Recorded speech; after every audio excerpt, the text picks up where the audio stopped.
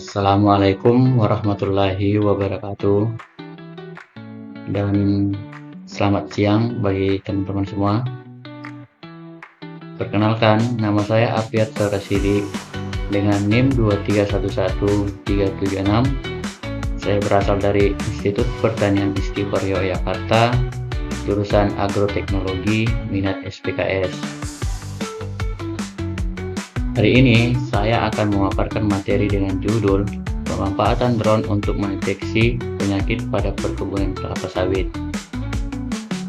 Topik ini penting karena drone saat ini tidak hanya digunakan atau sekedar hobi dan digunakan untuk pemetaan, tapi juga sudah dimanfaatkan di bidang pertanian, termasuk di bidang komoditas kelapa sawit.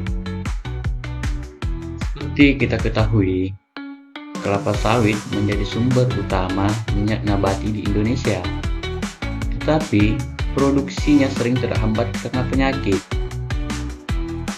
Pemeriksaan kesehatan tanaman secara manual sering tidak efektif, apalagi pada area perkebunan yang luasannya yang begitu besar.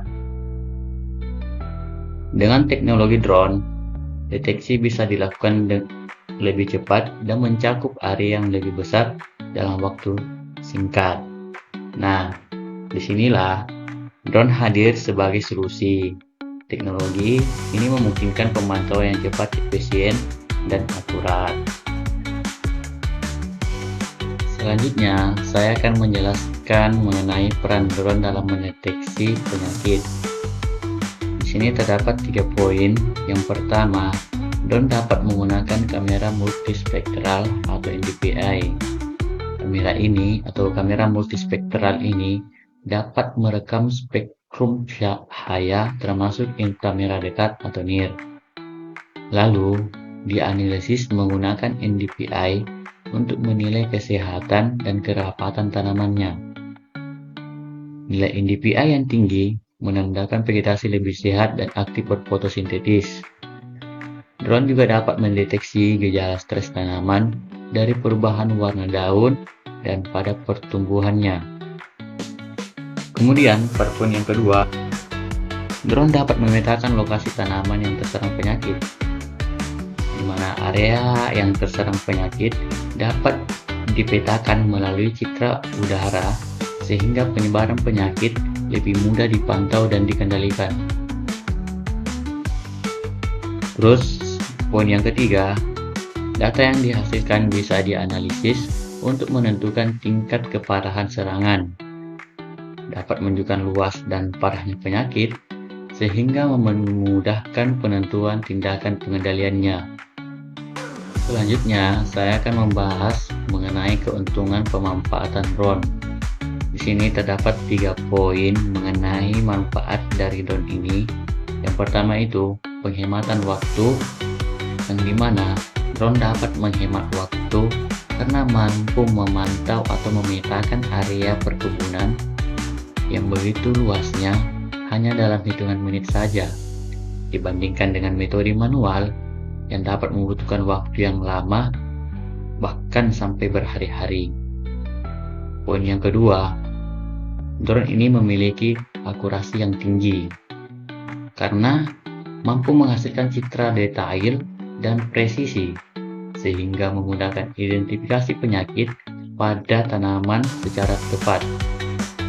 Poin yang ketiga, drone ini mudah dioperasikan atau aksesnya mudah dan dapat menjangkau area perkebunan yang sulit diakses secara langsung. Adapun contoh penerapannya di lapangan, yang pertama itu deteksi dini penyakit Ganoderma, di mana drone bisa mengidentifikasi perubahan warna kanopi tanaman yang terinfeksi Ganoderma lebih cepat dibandingkan pengecekan manual. Kita bandingkan lagi secara manual ya. Yang kedua, pemetaan area terdampak. Data dari drone digunakan untuk membuat peta area yang terserang penyakit sehingga perkebunan bisa menentukan bagian mana yang perlu penanganan prioritas. Terus poin yang ketiga, pemantauan bercak daun, di mana kamera multispektral dapat mendeteksi bercak pada daun yang tidak selalu terlihat jelas dengan mata manusia. Poin yang terakhir, integrasi dengan GIS.